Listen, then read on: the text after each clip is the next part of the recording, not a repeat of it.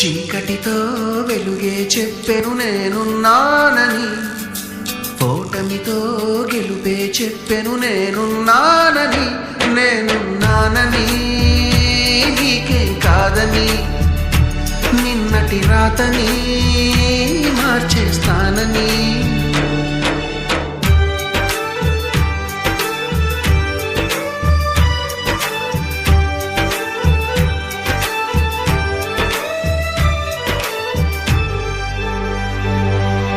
తగిలే రాళ్ళని పునాది చేసి ఎదగాలని, తరిమే వాళ్ళని హితులుగా తలచి ముందుకెళ్ళాలని.